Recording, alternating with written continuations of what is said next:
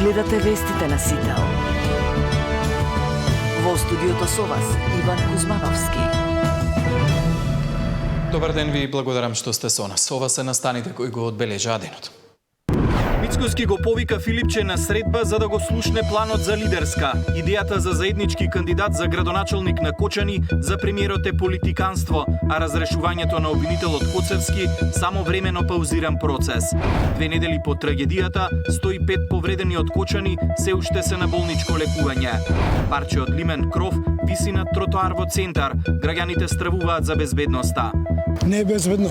Толку време да помине никој да не го забележи тоа. Тоа треба да се уреши куќниот совет и општината центар. Такво е во Скопје, цело Скопје е такво, сите општини се така. Во услови на најавени засилени контроли, дали вака изгледаат безбедните згради? Муслиманите го празнуваат Рамазан Бајрам, утринска молитва и желби за мир и спокој. Најмалку 1700 загинати и стотици исчезнати. Меѓународните спасувачки тимови продолжуваат со потрага по земјотресот во Мјанмар. Големи поплави во Босна, прогласена вонредна состојба во делови од земјата. Во овие вести во живо информираме за последните политички пораки и можноста за организирање на лидерска средба. Останете со нас.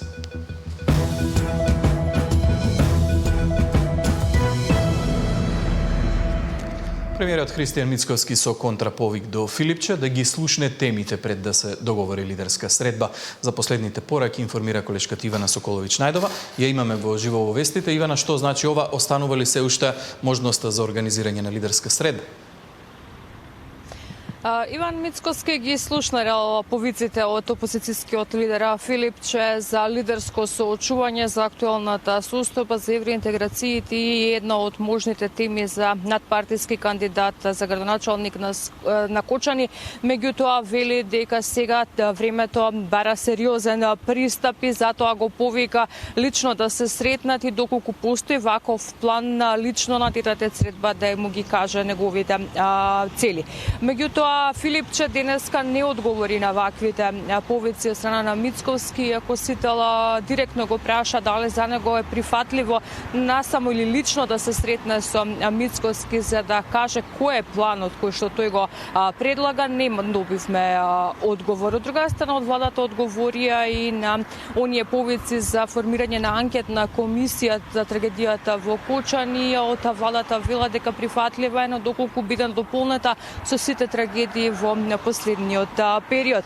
Одговори на обвинувањата за селективната истрага околу самата трагедија и Мицкоски ги потсети од СДСМ дека сите овие обвинувања за селективна правда и за неводење на непостапување на обвинителите како што треба да изгледа една истражна постапка се истите обвинители кои што биле избрани и во нивно време. Еве ги деталите во прилогото предложение. Мицкоски го повика Филипче планот и темите за лидерска средба да му ги презентира на лична средба. Вели состојбата е пресериозна и бара сериозен пристап. Филипче има предлог некаков план. Тој може да го соопшти тој план и преку пресконференција, но доколку цени дека мене треба претходно да ме информира и запознае, јас сум секогаш тука на располагање. Сериозните теми бараат сериозен пристап.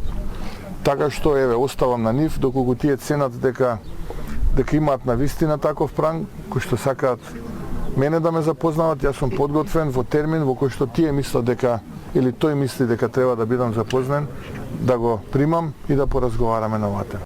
Дали Филипче е подготвен за ваквите предлози нема одговор, иако Сител побара став од него. Останува последната најава дека во текот на идната недела ќе побара лидерска за да се разговара за актуелната состојба и евроинтеграциите. Предлогот за заеднички надпартиски кандидат за градоначалник на Кочани, кој Филипче го најави како една од темите за лидерската средба, за Мицкоски е неприфатлив. Во денови на тага било рано да се зборува за вакви теми. Според албанскиот владин партнер вреди пак, лидерот на СДСМ нема кредибилитет да бара лидерска. Таравари смета дека предлогот на Филипче бил само губење на време. И знам ке чекаат прво да ја видат иницијативата, па потоа ќе носат одлука дали би седнале на иста маса со СДСМ. Интегративците пак го условуваат учеството со формирање на собраниска комисија со меѓународен надзор. а владата била подготвена и за анкетна комисија за кочанската трагедија како што бараат од Бихачка, но само ако биде проширена и за останатите трагедии, вели Мицкоски. По реакциите од опозицијата за селективно постапување во истражната постапка, им порача дека обвинителите се истите кои биле избрани во нивно време. Утрото во Кочани пред 8 часот тој обвинител во просториите на МВР во Кочани пристигна со двајцата своји условно кажано соработници, едниот е Ислама Бази, се надевам дека не треба многу да зборувам за ова име, од каде доаѓа, што доаѓа, а вториот е Гаврил Бубевски. Исто така, јасно ви е од каде доаѓа, од кои тефтерчиња беа избрани овие и начинот на кој што овие обвинители беа избрани. Се повлековме само за да оставиме простор да се даде јасен одговор и одговорност на секој оној кој што има и најмало учество во оваа ужасна трагедија. Постапката за разрешувањето на Коцевски е само времено стопирана додека не заврши истрагата за трагедијата. Ивана Соколович најдова, Сител телевизија. Од СДСМ денеска побара одговорност од министерот за внатрешни работи Панче Тошковски, како што велат поради нарушената безбедност и пропустите во Кочани. Безбедноста на граѓаните не е на највисоко ниво. Безбедносниот систем целосно потврли превенцијата која што е директна надлежност на МВР и Панче Тошковски ја нема. Има само последици тешки и недозволиви. Затоа СДСМ бара оставка и одговорност од раководството на МВР на чело со Панче Тошковски. Граѓаните мора да се чувствуваат сигурни на улиците, децата мора да растат во безбедна средина, а институциите мора да бидат во служба на народот. Доколку порано за убиства, несреќи и пожари со обраќајки беа криви пајаците и каблите, сега одговорноста има име и презиме, велат во реакцијата испратена од ВМРО ДПМН. СДС не бараше оставка и морална одговорност од Спасовски кога полициски службеници се удираа сами во пајаци, кога каблите беа криви за пожари, кога беа давани пасоши на белосветски криминалци, кога секојдневно на улица главни беа Дукјанџик, Беланоца и Грчц. СДС не бараше кривична одговорност од Тасевски, кој пукаше во собранието на протестите, додека други беа обвинети за тероризам над 200 години. СДС треба да се засрами и барем еднаш да се извини за се што има сторено изминативе години. ВМРО ДПМН работи на промена на системот и добивање на правда и правна држава, велат од ВМРО ДПМН. Подпредседателот на ДУИ Бујар Османи и портпаролот на партијата Арбер Адеми заедно со своите семејства за Рамазан Бајрам го посетија семејството на поранишниот министер за економија Крешник Бектеши, кој е во притвор поради лиценцата за дискотеката Пулс во Кочани. Османи на социјалните мрежи напиша дека Бајрам е свет празник кој символизира милост, единство, поддршка, дарежливост и благодарност, но пред се не потсетува на нашата издржливост да се соочиме со животните предизвици, учејќи на трпение и зрелост. Денеска е вистинскиот ден да покажеме дека не само Крешник, туку и целото семејство Бектеши ја има нашата поддршка. Не само затоа што е вистински пријател, не само затоа што е дел од нашите семејства, туку затоа што е неправедно обвинет и уште понеправедно одвоен од семејството.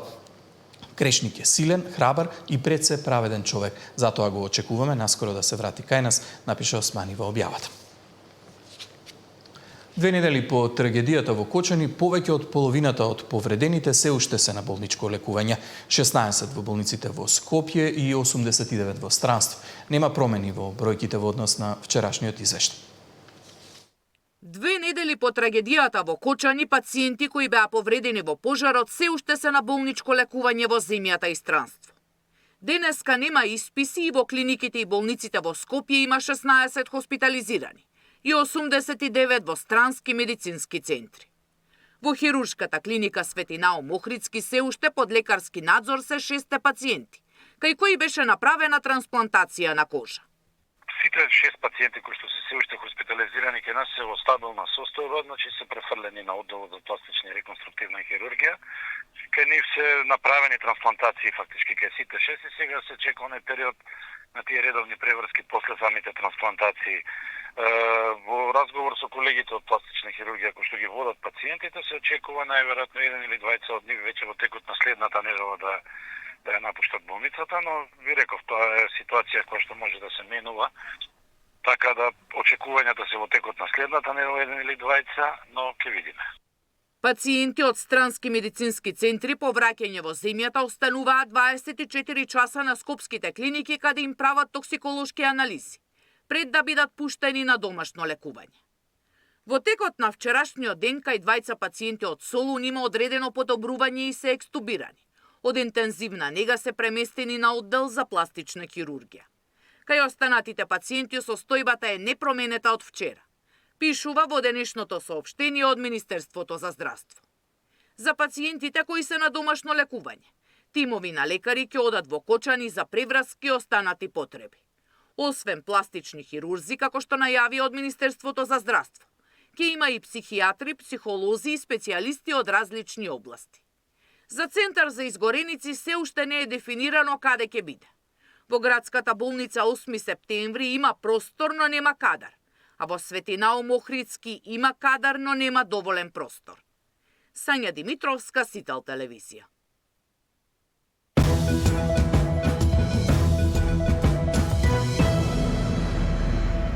Над 61% од граѓаните би одговориле позитивно на референдумско прашање за влез на Македонија во Европската Унија, покажува анкетата која за емисијата Детектор ја спроведе Институтот за политички истражувања Скопје. Негативен одговор според истражувањето би дале 23,5% од граѓаните. Поддршката за Европската Унија е повисока кај испитаниците албанци, од кои над 77% даваат позитивен одговор, додека кај испитаниците македонци позитивен одговор даваат 55%. Прогнозите на граѓаните за полноправно членство не се оптимистични. Секој трет или 29,6% велат дека земјата никогаш нема да се приклучи на Европската Унија.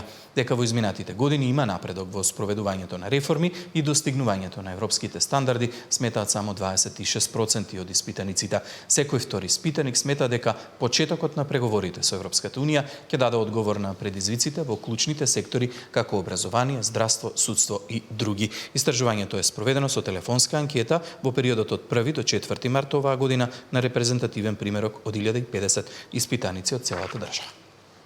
61% граѓани би одговориле позитивно на референдум. Како министар за европски прашања, сметате ли дека ова е добра и стабилна поддршка за членство во ЕС? Секако дека станува збор за една константа со благ тренд на зголемување на поддршката. Според нас тоа се должи на сериозните заложби и заинтересираноста на влада процесот прво на реформите да се тера напред, како што гледате, веќе фаќаме сериозно чекор со спроведување на реформската агенда, веќе делови од планот за раст ни се става во располагање, станавме член на СЕПА, има сериозни разговори и напори да се најде исто така решение за уставните измени, така да мислам дека ова заедно со очекувањата на граѓаните е таа комбинација која што се покажува како зголемување на поддршката и би требало во иднина уште повеќе да се појача. Последниот пат која правевме на крајот од минатава година, бројката е 62 кај нас. И истата бројка се повторува и лани, 62. После континуиран пат изминатите претходни 8 години. Значи од 80% да речем 2014 постојано паѓа до пред 2023 година каде што се стабилизира на 62 и сега се повторува 62. Значи има некакво стопирање на падот на разширувањето кон Европската Унија и покрај сите горки искуства што ги преживуваме како држава и како општество. Сега, факторите тука се многу, се разбира. Јас покрај тоа што непредвидлив геополитичкиот контекст со што граѓаните гледаат да се приклонат кон некој кој што би ги заштитила, тоа секако дека е посилна унија која што е во најблиското одимно соседство. Изминатите неколку години ова е бројката на која што се стабилизиравме. Мислам дека низ множеството анкети на колегата Трошановски и на Балканскиот барометар, бројката на ова клучно прашање, и многу ми е драго што почнавте со него, значи доколку утре има референдум, како би гласале, е стабилно. Значи таа е се уште некаде 60 до 65%. При тоа тука ги немате бројките на оние кои што велат не знам. Значи тука значи ние имаме една група на луѓе кои што се уште се чувствуваат неопределени, тие се луѓе кои што честопати чиј одговор можеби ќе варира. Меѓутоа, онаа бројка што мене ме загрижува е стандардната бројка на граѓани кои што на прашањето дали верувате дека во кој период или дали воопшто државата ќе стане членка на ЕУ. Ние тука имаме една голема бројка од 30% која што е подоцна потврдена кај вас, меѓутоа тоа е бројка која што со години исто така балканскиот барометар ја вади. И во таа бројка ние стоиме некаде највисоко во целиот регион.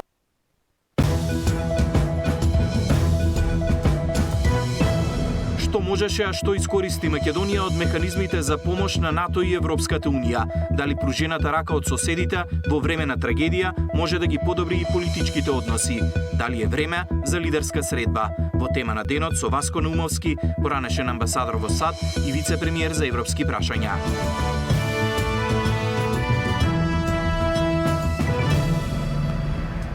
Парче од лимен кров кое синоќ е било откорнато од зграда во центар денеска висеше на тротоарот во близина на трговскиот центар во Капиштец. Граѓаните велат дека не е безбедно и оти посилен ветер може да предизвика поголема катастрофа. Во услови на најавени засилени контроли од општинските инспекцијски служби, ова веројатно е само потврда на тоа колку се безбедни стамбените згради. Мартин Арсов беше на терен. Големо парче лим откорнато од зграда во Капиштец виси на дрво. Делот паднал од покривот и се заглавил меѓу гранки. Од врвот на зградата се уште висат парчиња, метални и дрвени.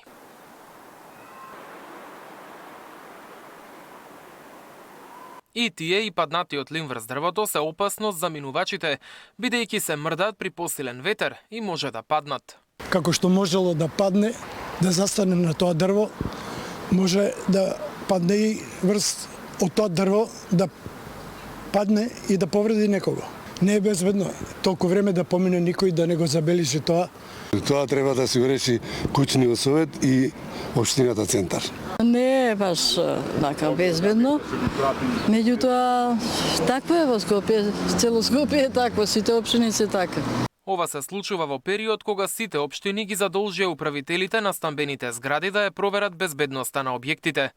Иако овие проверки пред се фокусирани на противпожарната заштита, во залепените известувања од општина Центар низ влезовите од зградите, меѓу другото пишува дека управителот треба да ги поправи оштетените и да ги замени дотрените фасади, како и нивните елементи. Роковите за одговор течат, а потоа ќе следи инспекцијска контрола. Самите згради внатре не се безбедни, колку што знам.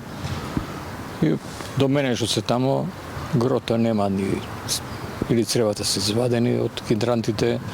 А да не збориме за овие помошни скали. Не влева освен градски зидека има дека помошни скали. Еве ние имаме допис, треба да одговориме на дописот. Направивме условите целосно да бидат исполнети и тоа скалите, тоа хидранти, све обезбедивме за општината да се покриеме пред општината да не добиеме казна. Мислам дека овие поновите градби се понебезбедни. А по старите градби мислам дека се безбедни. Лани во октомври падна парче и од барокна фасада на улица Македонија во најстрогиот центар на Скопје. При падот од тежината на парчето се срушил рекламен знак. За среќа немаше повредени. Мартин Арсов, Сител телевизија. Црвениот крст на град Охрид пред стартот на сезоната апелира сите вработени во угостителскиот сектор да поминат соодветни обуки за справување во кризни состојби. Од противпожарната служба во Охрид велат дека стојат на располагање за спроведување на практичен дел од овие вежби. Да се престане со импровизација и да се преземат активности онака како што е предвидено согласно законската регулатива за поголема безбедност. Од Црвениот крст апелираат дека показните вежби во училиштата, но и угостителските и другите објекти се од големо значење за справување во кризни ситуации. Секој треба да знае како да го спроведе планот за евакуација, но и да им се презентира истиот, особено на новите вработени во туристичкиот сектор во екот на сезоната. Потребно е увежбување на планот за евакуација, тоа можат самиот правен субјект, самите стопанственици, приватни лица тоа да го направат со своите вработени, да симулираат едноставно дека се случила некоја несреќа и да одат по оние покажувачи на движење на евакуација за самиот план. Но секако треба да се воспостават сите услови и критериуми кои што ги нуди оно што кој што ги има планот за евакуација. Секој субјект мора да има лице кое што знае да укажува прва помош. Од територијалната противпожарна единица вела дека стојат на располагање на сите институции, училиште, објекти се со цел реалистичко увежбување на плановите за евакуација, давање на совети и препораки. Ние имавме вежби, значи заедно со Црвениот крст, имавме вежби во средните училишта, а меѓутоа сметаме дека треба да почнеме од најмалите. Значи треба да почнеме од градинките и од основните училишта, затоа што нивото на противпожарна заштита е на многу ниско ниво и сметаме дека треба да се почне од првото скалило, значи да почнеме со најмалите, значи и затоа почнуваме значи со градинките и со основните училишта. Со вежбите од овој вид се зголемува степенот на организираност и брза реакција во случај на непогода. Несреќите се случуваат насекаде околу нас, па поради тоа добро е да знаеме да интервенираме и да укажуваме прва помош. Нина Ритоновска, Сител телевизија. Тригодишно дете од Гостивар во тешка состојба заврши на детската клиника поради гушење со гумена бомбона. Родителите вчера во 17 часот го однеле во Гостиварската болница без срцева акција и дишење. Таму веднаш било реанимирано и интубирано, а откако била вратена срцева акција, веднаш било транспортирано во Скопје.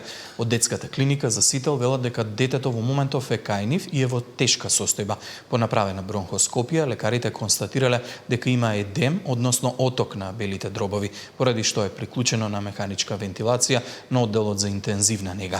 Од СВР Тетово информираа дека полициските службеници излегле на местото и во разговор со родителите тие изјавиле дека во домот детето изело гумена бомбона, при што почнало да се гуши и изгубило свест. Известен е јавен обвинител и се работи на расчистување на случајот. Муслиманите го празнуваат Рамазан Бајрам, утринска молитва и желби за мир и спокој. Најмалку 1700 загинати и стотици исчезнати. Меѓународните спасувачки тимови продолжуваат со потрага во земјотресот во Мјанмар. Големи поплави во Босна, прогласена вонредна состојба во делови од земјата.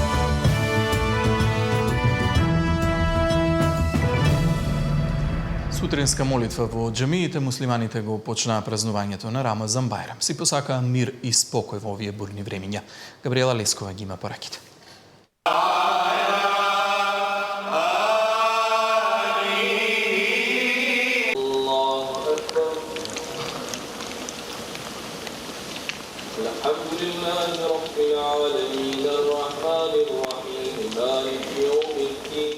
Сутринска молитва во сите џамии 45 минути по изгресунце започна празнувањето на Рамазан Бајрам.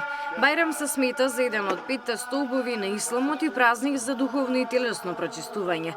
Во сите џамии денеска се служи утрински Бајрам намаз.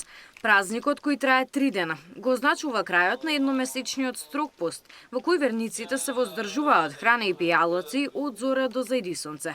По повод празникот, честитка до верниците од исламска вероисповед упати поглаварот на ИВЗ Рейсул Улема Шакир Фетај. Го молам Аллах Джеле Шануху да ги прими сите наши ибадети, наш пост, сите наши молитви и да даде Господ здравле, долг живот и многу успеси во времето во кое живееме. Денеска е денот кога доброто го победува и злото, порачи собранискиот спикер Гаши. Се надевам дека овој ден на радост ќе владее во срцата и во куќите на сите верници и во сите граѓани на нашата држава. Посакувам овој ден да е ден кога доброто го победува, го надминува злото и се надевам дека вакви денови ќе рефлектираат позитивно во нашите животи. Граѓаните од муслиманската вероисповед со скромни желби да има мир и спокој во светот. Ви испатил порака за сите муслимани од вероисповед, муслиманска вероисповед, нека им е честит Рамазанскиот Бајрам, значи Шекер Бајрам. Посакувам во цел свет да биде мир, спокој и да си почастиме сите другите бајрами вака. Денеска порака, мир, тоа е најважно да има. Честитки за Бајрам испрати македонскиот државен врв, министрите и политички партии. Рамазан Бајрам е неработен за сите граѓани, со оглед дека годинава се падна во недела, неработен е утрешниот ден понеделник 31 март. Габриела Лескова, Сител телевизија. Верници присуствуваа на масовна молитва во центарот на Тирана за прославата на Рамазан Бајрам по повод крајот на светиот месец Рамазан. Ваквиот начин на одбележување на празникот веќе станува традиција во Албанија. Околу 60% од населението на Албанија се муслимани. Во јануари владата информираше дека ќе создаде суверена муслиманска држава во Тирана за верскиот поредок на бектешите по примерот на Ватикан во Рим за да ја зачува и промовира верската толеранција. Основан во Отоманската империја во 13 век, како огранок на суфизмот, бектешкиот ред е со седиште во Албанија од 1929 година. Околу 10% од албанците се приврзаници на ова движење според последниот попис.